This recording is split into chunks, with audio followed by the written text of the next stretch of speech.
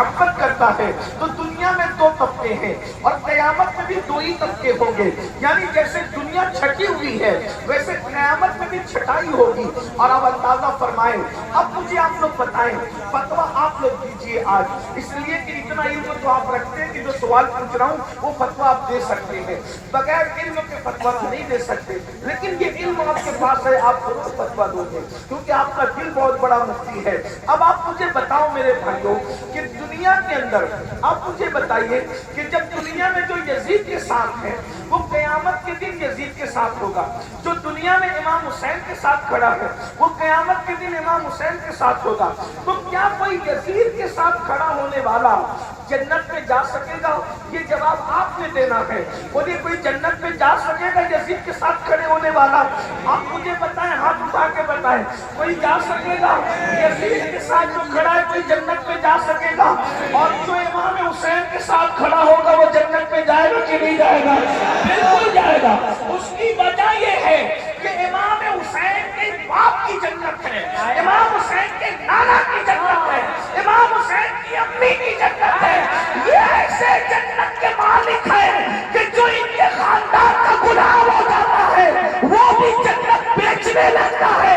آپ نے علماء سے سنا ہوگا کہ بہلول جنت بیچا کرتے ہیں. وہ بہلول کی فضیلت کیا ہے؟ وہ جعفر صادق کی غلامی کرتے کرتے اس مقام پہ پہنچ گئے تھے کہ بادشاہ کی بیوی کو بھی 2 درہم میں انہوں نے جنت میں بیچ کر کے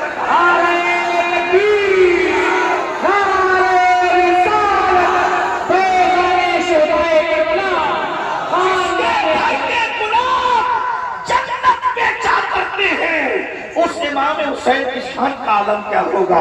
تو آپ مجھے بتائیں, بولو جو امام حسین کے ساتھ اٹھے گا وہ جنت میں جائے گا کہ نہیں جائے گا؟ بالکل جنت میں جائے گا, کیونکہ میرے آقا نے فرمایا الحسن والحسین سیدہ شباب اہل الجنہ. حسن اور حسین جو ہے وہ جنتی جوانوں کے سردار ہیں. اب میں آپ سے پوچھتا ہوں, بس تقریر پوری ہو رہی ہے, دوسرا حصہ دوسرا جملہ. اب آپ مجھے بتائیں کہ قیامت کے دن, توجہ فرمائیں, کوئی اٹھک بیٹھک نہیں کرے, کوئی نذرانہ ادھر لا کر نہ دے. سب سے بڑا نذرانہ ہے تقریر سننا. تقریر سنو, اور نذرانہ دینے کا شوق ہے تو اس کا طریقہ میں بتا دیتا ہوں آپ کو, اس کا طریقہ سن لو. چھوڑ دو بھائی, اب مت بولو, کوئی کچھ مت بولو, جس کی محفل اسی کے حوالے کر دو. میں نے پہلے کہا میں زیادہ نہیں بولوں گا, اب آپ بیچ میں اس طرح کر, بھائی آپ چھوڑو, ابھی سبھی بولنے لگیں گے تو مناظرہ ہوگا. تقریر تھوڑی ہوگی, میں مناظرہ کرنے تھوڑی آیا, تقریر کرنے ہیں تو تھوڑا سن لے, تھوڑی دیر سن. دیکھو ذہن کو توجہ میں ادھر رکھیں, میں نے کہا نا تھوڑی دیر بولوں گا تو میں تھوڑی دیر بولوں گا, لیکن سن تو لے. اصل میں کیا ہے, میری مجبوری ہے کہ میں حقانی روحانی عرفانی تقریر سچی چاہے یہ کچھ بھی یاد کر کے نہیں آتا ہوں. اگر کوئی بندہ تقریر یاد کر کے آتا ہے, آپ کتنا بھی ہنگامہ کریں گے وہ بولتا جائے گا کیونکہ وہ رٹ کیا ہے. میں رٹ کے نہیں آتا ہوں.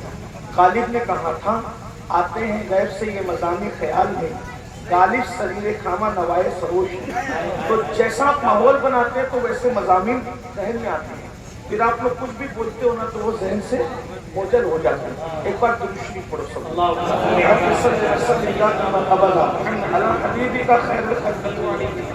اب آپ کی توجہ, تو آپ نے جواب دیا, یاد ہے آپ کا جواب, جو یزید کے ساتھ اٹھے گا وہ جنت میں جائے گا, جو امام حسین کے ساتھ اٹھے گا وہ جنت میں جائے گا, بالکل جائے گا. اب آپ قیامت کے دن کس کے ساتھ اٹھنا چاہتے ہیں؟ کتنے لوگ ہیں جو امام حسین کے ساتھ, اللہ کی قسم اٹھا کر کے بولو کتنے لوگ ہیں؟ سبحان اللہ, ماشاءاللہ, اللہ ہم سب کو. اب ہاتھ نیچے کریں. اب امام حسین کے ساتھ اٹھنے کے لیے کیا شرط ہے؟ امام حسین قیامت میں اگر انہوں نے تصور کیجئے, کوئی تقریر نہیں ہوگی, فیضی صاحب نے نعت پڑھ دی, محفل مکمل ہو گئی, اور بھی تقریریں ہو گئی. آپ مجھے بتائیں کہ قیامت کے دن تصور کیجئے امام حسین چھٹائی کریں گے, میری طرف کچھ لوگ آ جاؤ, اس کی طرف کچھ لوگ چلے جاؤ, تو امام حسین کیسے چھانٹیں گے؟ یہ بولیں گے جتنے پٹھانے سب میرے ساتھ آ جاؤ, جتنے شیخ سب میرے ساتھ آ جاؤ, جتنے قاتل سب میرے ساتھ آ جاؤ, جتنے رضوی سب میرے ساتھ آ جاؤ, جتنے مداری سب میرے ساتھ آ جاؤ. ایسے چھانٹیں گے؟ نہیں. اب میں اپنی گفتگو کا ذمہ دار خود ہوں، ممبر کا کوئی فرد میری گفتگو کا ذمہ دار نہیں ہے. اگر گالی دینا ہے تو مجھے دینا، دعا دینا ہے تو مجھے دینا، کوئی ذمہ دار نہیں. امام حسین کی چھٹائی نسل کی بنیاد پہ نہیں ہوگی، سلسلوں کی بنیاد پہ نہیں ہوگی کہ قادری، برکاتی، چشتی، نقشبندی، سہروردی میرے ساتھ آ جائیں اور دوسروں کو، ایسا نہیں ہوگا. امام حسین کی چھٹائی ہوگی جس مشن کے لیے انہوں نے یزید کی مخالفت کی تھی، جس مدعے کو لے کر وہ یزید سے لڑے تھے، اس مدعے پر چھٹائی ہوگی. دھیان دینا، اس مدعے پر چھٹائی ہوگی. کیسے چھٹائی ہوگی؟ دیکھو، یزید جو تھا وہ کوئی معمولی خاندان سے اس کا تعلق نہیں تھا. اس کے ابا جی صحابی رسول تھے. ہم صحابی رسول مانتے ہیں، کسی کو برا لگتا ہے تو لگتا رہے، ہم صحابی رسول مانتے ہیں. اس کے دادا جی بھی صحابی تھے، اتنا یاد رکھنا. ابا بھی صحابی، دادا بھی صحابی. اور پھپھو اس کی جو پھپھی ہے وہ ام المومنین رسول اللہ کی بیوی ہے. میں تو اس کی مرتبت نہیں پڑھ رہا، لیکن بہت نازک بات کرنے چلا ہوں، اس لیے آپ کو بات کی سمجھنا پڑے گی. اندازہ فرمائے، ام المومنین سیدہ ام حبیبہ یہ یزید کی پھپھی ہے، اور اس کے بعد ابا دادا صحابی ہیں. اب آپ مجھے بتائیں، اس کے باوجود امام حسین اس سے اتنی نفرت کرتے ہیں کہ اس نے ہاتھ مانگا. امام نے کہا علی اکبر جیسا بیٹا دوں گا مگر اپنا ہاتھ تیرے ہاتھ میں نہیں دوں گا. علی اصغر جیسا بیٹا دوں گا مگر اپنا ہاتھ تیرے ہاتھ میں نہیں دوں گا. اللہ اکبر. اندازہ فرمائے، مدینہ منورہ چھوڑ دوں گا. ابھی چلو انہوں نے 2 مصرے پڑھے، آپ کی آنکھیں بھیگ گئی کہ زہرا کے بابا مدینہ بلا لیجیے. ذرا غور فرمائے، صرف بلانے کی بات آتی ہے تو ہمارا دل اندر سے وجد کرنے لگتا ہے. حالانکہ ہم 8 دن کے لیے جاتے ہیں، 5 دن کے لیے جاتے ہیں، 10 دن کے لیے جاتے ہیں. جب ہم مدینہ منورہ سے لوٹتے ہیں، مولانا حسن بریلوی اس کا نقشہ کھینچ کے کہتے ہیں زندگی پاتے مر کے جیتے ہیں مدینے کو جو جاتے ہیں حسن. مر کے جیتے ہیں مدینے کو جو جاتے ہیں حسن، اور جی کے مرتے ہیں جو آتے ہیں مدینہ چھوڑ کر. جب مدینہ منورہ چھوٹتا ہے نا تو دل کہتے ہیں کاش میں مر جاتا لیکن نہ جاتا، واپس نہ جاتا. لوگ ہر جگہ جینا چاہتے ہیں. مدینہ منورہ وہ ہے جہاں پر مومن مرنا چاہتا ہے. اللہ کے رسول نے فرمایا ہو سکے تو مدینے میں مرو، جو مدینے میں مرے گا میں اس کی شفاعت کروں گا. لوگ مرنے کی نیت سے مدینہ منورہ جاتے ہیں. اب آپ مجھے بتائیں، آخر امام حسین نے کہا میں مدینہ کو چھوڑ دوں گا مگر میں یزید کے ہاتھ میں ہاتھ نہیں دوں گا، یزید میں اتحاد نہیں کروں گا، یزید کے ساتھ مل کر نہیں بیٹھوں گا. بتائیں، مدینہ منورہ چھوڑا.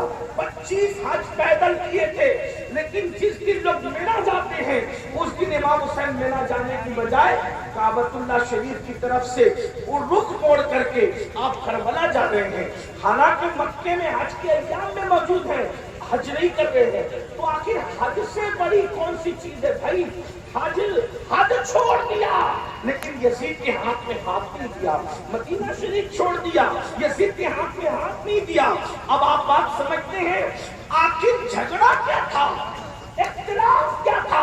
تو سن لیجئے، یزید یہ چاہتا تھا کہ مسلمان رہنے کے بعد بھی مسلمانوں کے اندر نشے کو پرموٹ کیا جائے، نشے کو جو ہے وہ رواج دیا جائے. مسلمان ہونے کے بعد بھی مسجدوں کو ویران کیا جائے. امام حسین وہ اسلام چاہتے تھے جس میں نشے کی گنجائش نہ ہو.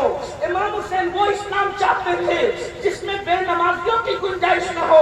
امام حسین وہ اسلام چاہتے تھے جس میں ظالموں کی گنجائش نہ ہو.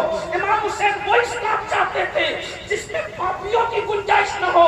اور یزید یہ چاہتا تھا مسلمان بھی رہو، مسجدوں کو ویران بھی کرو، مسلمان بھی رہو، شراب بھی پیتے رہو، مسلمان بھی رہو، لڑکیوں سے زنا بھی کرتے رہو، مسلمان بھی رہو، ظلم بھی کرتے رہو، تاکہ دنیا کہے دیکھو مسلمان ایسے ہوتے ہیں. امام حسین نے کہا نہیں، میں ایسوں کو برداشت نہیں کروں گا. علی اکبر جیسا ہم شبیہ پیغمبر قربان کیا لیکن نماز بچایا. علی اصغر جیسا معصوم قربان کیا لیکن نشے کو پرموٹ نہیں ہونے دیا. یزید الشرابی کا نام ہے جس نے سفر حج میں بھی شراب پی ہے. ابن کثیر اپنی کتاب البدایہ والنہایہ میں لکھتے ہیں کہ اس نے سفر حج میں بھی شراب پی تھی. اب مسلمانوں اتنی گفتگو کے بعد بتاؤ، جب قیامت کے دن چھٹائی ہوگی تب امام حسین کہیں گے جتنے نمازی تھے وہ سب میرے ساتھ کھڑے ہوں اور جتنے بے نمازی تھے سب یزید کے ساتھ چلے جائیں. اپنے سینوں پہ ہاتھ رکھو, اپنے دلوں پہ ہاتھ رکھ کر کے سوچو تم قیامت کے دن کس کے ساتھ کھڑے رہو گے اور تمہارا انجام کیا ہوگا میرے بھائیو. امام حسین کے نام کا نعرہ لگا کر سستے میں حسینی بننے والوں, حسینیت سستے کا نام نہیں ہے.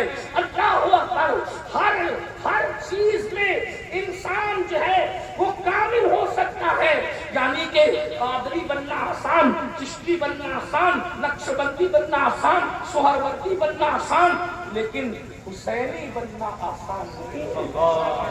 حسینی بننا آسان نہیں ہے. کسی بھی قادری پیر کے ہاتھ کا کپڑا پکڑ لو, قادری بن گئے, چشتی بن گئے, نقشبندی. لیکن حسینی بننے کے لیے ایسے سستے میں کوئی کپڑا پکڑ کے حسینی نہیں بنتا.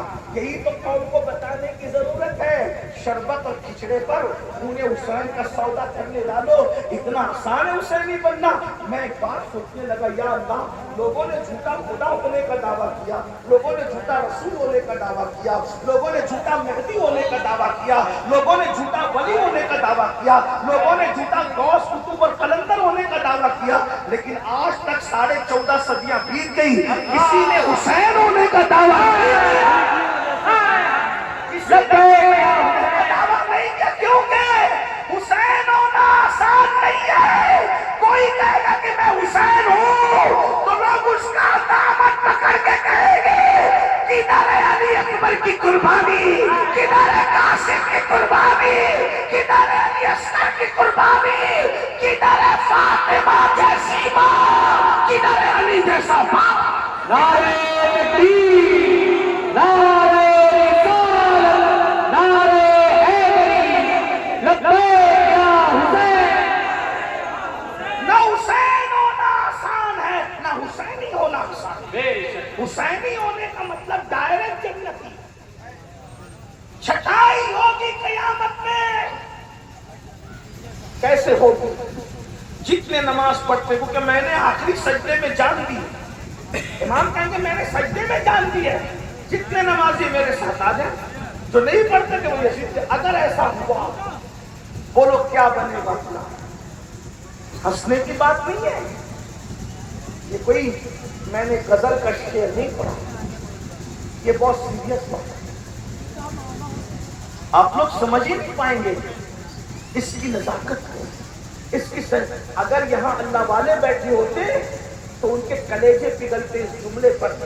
یہ کوئی یزید کے ساتھ بھی اٹھے گا صرف اس بنیاد پر کہ اس نے نماز چھوڑ دیا. جلسے میں 4 گھنٹے کا ٹائم تو ہم دے سکتے ہیں, 10 منٹ کا ٹائم ہم اللہ کو نہیں دے سکتے. جس اللہ نے ہمیں سب کچھ دیا اس اللہ کے لیے ہمارے پاس 10 منٹ کا ٹائم نہیں. آپ کہتے ہیں کہ مولانا ہمارے پاس نوکری نہیں, ہمارے پاس روزی نہیں, ہماری بچیوں کو رشتے نہیں, سب کچھ ہے مگر سکون نہیں. کیوں؟ اس لیے کہ تم لوگوں نے میرے بھائی نماز کی اہمیت کو نہیں سمجھا. 1 کروڑ اس طرح کے جلسے ایک پلڑے میں رکھے جائیں اور ایک سجدہ ایک پلڑے میں رکھا جائے تو ایک سجدے میں جو نیکی ملتی ہے اس طرح کے 1 کروڑ جلسوں میں شرکت کر کے بھی آپ کو وہ نیکی نہیں مل سکتی جو ایک فرد سجدے میں نیکی ملتی ہے. کسی کہنے والے نے کہا ہے ہو سکے تو لائیے دونوں جہاں میزان میں, ہو سکے تو لائیے دونوں جہاں میزان میں. میں نے ایک سجدہ زمین کربلا سے لے لیا, میں نے ایک سجدہ زمین کربلا سے لے لیا. میرے عزیز, میرے بھائیوں, میری قوم کے جوانوں, امام نے ہمیں سجدے کی اہمیت کو بتایا. افسوس آج مسجد مرثیہ کہاں ہے, مسجدوں کے اندر نمازی نہیں ہے, جلسہ گاہ آباد, مسجد ویران. جلسے کمیٹی والے سوچتے ہیں ہمارا جلسہ کتنا کامیاب ہو گیا. آپ کو بتاؤں یہ قیامت کی نشانیوں میں سے نشانی ہے کہ لوگ دین سننے کے لیے جمع ہوں گے, دین پر عمل کرنے کے لیے جمع نہیں ہوں گے. جلسوں میں لوگوں کی کثرت اور عمل میں لوگوں کی قلت, یہ بھی قیامت کی نشانیوں میں سے نشانی ہے. میرے بھائیوں, خدا کے لیے اپنے آپ پہ رحم کر لو. وہ لوگ اٹھ سکو گے یزید کے ساتھ اور یزید کے ساتھ اٹھنا تم کو اچھا لگے گا. میری سنی بھائی تو یزید کے نام سے بھی نفرت کرتے ہیں. ایک جملہ مجھے کسی نے بتایا بڑا خوبصورت تھا. حضرت شاہ نیاز بے نیاز رحمت اللہ علیہ,